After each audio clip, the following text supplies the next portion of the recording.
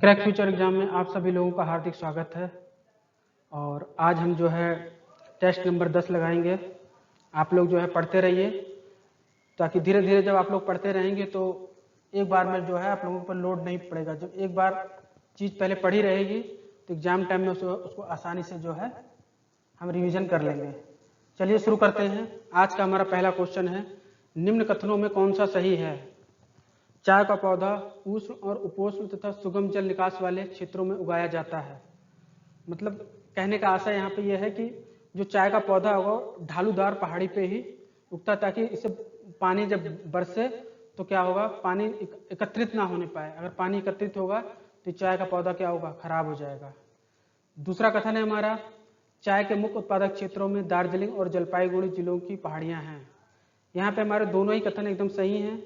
और जो है ये दार्जिलिंग और जलपाईगुड़ी ये जो है पश्चिम बंगाल में है, और यहाँ के पास में लगा हुआ असम क्षेत्र भी है। यहाँ पे जो है चाय का उत्पादन जो है बहुत बड़ी मात्रा में होता है।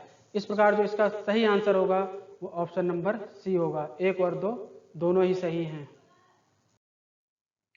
प्रश्न 2 है, संविधान के किस अनुच्छेद में कहा गया है कि राष्ट्रपति व उपराष्ट्रपति का पद खाली होने पर संसद अधिनियम बनाएगी?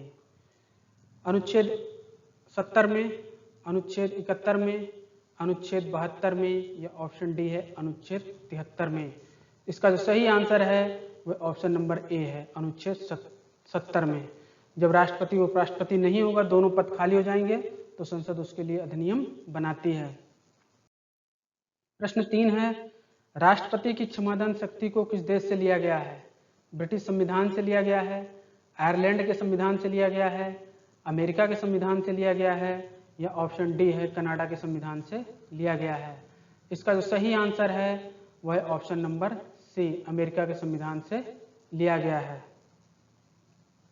ये एक महत्वपूर्ण क्वेश्चन है और इसको आप लोग जो है याद कर लीजिएगा।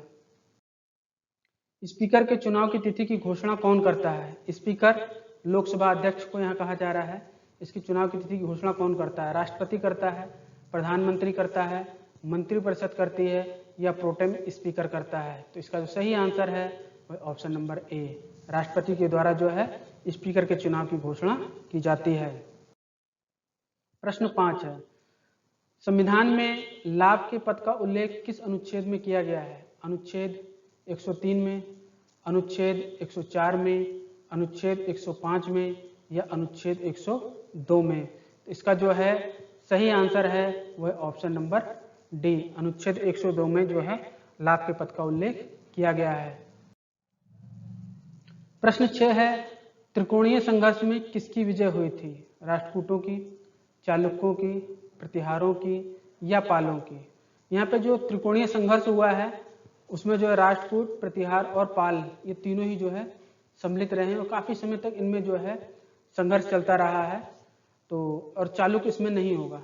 जो है जो त्रिकोणीय संघर्ष ये इंपोर्टेंट क्वेश्चन है, और बार बार आपको 3 देगा और 4 देगा और ऑप्शन से पूछेगा कौन इसमें से जो शामिल नहीं था। तो आप लोगों को इसे याद रखना है कि राष्ट्रकूटों, प्रतिहारों और पालों के बीच में त्रिकोणीय संघर्ष हुआ था, और इसमें अंतिम रूप से जो विजय हुई थी वो जो है प्रतिहारों की हुई थी।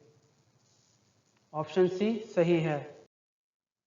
प्रश्न 7 है, निम्न में से कौन नालंदा विश्वविद्यालय आया और वहां शिक्षा प्राप्त की? हिमसांग आया, फायान आया, मेगस्थनीज आया, या मार्को पोलो आया? इसका सही आंसर है वह ऑप्शन नंबर ए है, हिमसांग। हिमसांग जो है हर्ष के शासनकाल में जो है भारत में आया था, और ये जो है नालंदा विश्वविद्यालय गया और वहां पर जो है इसने बौद्ध धर्म की शिक्षा ग्रहण की थी। ऑप्शन नंबर ए इसका सही है। प्रश्न 8 है, पल्लव रथों में सबसे छोटा रथ कौन सा है? द्रौपदी रथ है, अर्जुन रथ है, भीम रथ है, या धर्मराज रथ है? इसका सही आंसर है वह ऑप्शन नंबर ए, द्रौपदी रथ। प्रश्न 9 है, बाघ चित्रकला की खोज किसने की थी? जेम्स फील्ड ने, मेजर फील्ड ने, विलियम फील्ड ने, या डेजर फील्ड ने? इसका सही आंसर है वह ऑप्शन नंबर डी, डेजर फील्ड ने। और बाघ चित्रकला जो है ये गुप्त साम्राज्य से संबंधित है। प्रश्न 10 है, 23वें तीर्थकर पार्श्वनाथ कहाँ के निवासी थे? वाराणसी के थे, अयोध्या के थे, मथुरा के थे, या ऑप्शन डी है बिहार के थे? इसका सही आंसर है वह ऑप्शन नंबर ए, वाराणसी के थे। प्रश्न 11 है, पहली लोक लेखा समिति का गठन किन सुधारों के अंतर्गत किया गया था? 1892 ईस्वी का अधिनियम था वो, मिर्लो मांटो सुधार था, मॉन्टेग्यू चेम्सफोर्ड सुधार था, या भारत शासन अधिनियम 1935 था? तो इसका सही आंसर है वो है option number C, Montagu Chelmsford के अंतर्गत पहली लोक लेखा समिति का गठन 1921 में किया गया था। 1967 से मैंने ये पहले जो मैंने टेस्ट लिया था उसमें इसके बारे में मैंने आपको बता दिया पहले। प्रश्न 12 है, अशोक के प्रस्तर रूप चित्र के साथ रांडियो अशोक किस शिलालेख में उल्लेखित है? ये कहना चाह रहा है प्रश्न में कि किस शिलालेख में जो है रांडियो अशोक शब्द जो है मिलता है। तो कंगनहल्ली में मिलता है, सांची में मिलता है, शहबाजगढ़ी में मिलता है, या सागौरा में मिलता है? इसका जो सही आंसर है वह ऑप्शन नंबर ए है, कंगनहल्ली। कंगनहल्ली जो है ये कर्नाटक में अवस्थित है। प्रश्न 13 है, गुर्जरा लघु शिलालेख जिसमें अशोक का नामोल्लेख किया गया है कहाँ पर स्थित है? ये लघु शिलालेख क्या होते हैं? इनमें ये एक प्रकार के पिलर हैं और इसमें जो अशोक ने जो है अपने बहुत सारी बातों को जो है लिखा रखा, उसके जो नियम कानून थे वो इन्हीं शिलालेखों पर उसने लिखवा रखे थे। ये उत्तर प्रदेश के मिर्जापुर जिले में है, मध्य प्रदेश के दतिया जिले में है, राजस्थान के जयपुर जिले में है, बिहार के चंपारण जिले में। इसका सही आंसर है वह ऑप्शन नंबर बी है, मध्य प्रदेश के दतिया जिले में है। प्रश्न 14 है, केवल वह स्तंभ जिसमें अशोक ने स्वयं को मगध का सम्राट बताया है? मास्की का लघु स्तंभ, रुन्मनदेई का स्तंभ, भाबरू का स्तंभ, या नेत्तूर का स्तंभ? तो इसका सही आंसर है वो ऑप्शन नंबर सी है, भाबरू का स्तंभ। ये जो है राजस्थान में अवस्थित है। प्रश्न 15 है, निम्न में से यूरेनियम सिटी किस झील के निकट है? ग्रेट वियर झील के निकट, अथावास्का झील के निकट, सुपीरियर झील के निकट, या मिशिगन झील के निकट? इसका सही आंसर है वो ऑप्शन नंबर बी है, अथावास्का झील के निकट अवस्थित है। प्रश्न 16 है, निम्न में से कौन सी गर्म जलधारा है?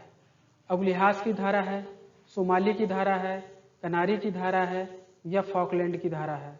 इसका सही आंसर है वह ऑप्शन नंबर ए, अबुलिहास की धारा। ये जो है हिंद महासागर में अवस्थित है, ये गर्म जलधारा। बाकी ये जो तीनों जलधाराएं हैं ये जो है ठंडी जलधाराएं हैं। प्रश्न 17 है, निम्न में से प्रसिद्ध खगोल शास्त्री कौन था? आर्यभट्ट था, वारमेर था, भास्कराचार्य था, या ब्रह्मगुप्त था? इसका सही आंसर है वह ऑप्शन नंबर ए, आर्यभट्ट। प्रश्न 18 है, गुप्त साम्राज्य में धन के लेन देन के व्यवस्थापक कौन थे? पूंजीपति थे, लखपति थे, श्रेणियां थी, या संपत्तिशाली लोग थे? इसका सही आंसर है वह ऑप्शन नंबर सी, श्रेणियां। प्रश्न 19 है, सार्वजनिक सत्य धर्म नामक पुस्तक किसने लिखी थी? उत्तर है डॉक्टर अंबेडकर ने, ज्योतिबा फुले ने, डी.आर. शिंदे ने, या के पिल्लई ने? इसका सही आंसर है वह option number B, Jyotiba Phule ने। दोस्तों, आप लोगों ने अगर अभी मेरा चैनल सब्सक्राइब नहीं किया है तो सब्सक्राइब कर दें ताकि मैं जो भी वीडियो अपलोड करूं उसका नोटिफिकेशन आप तक पहुंच सके।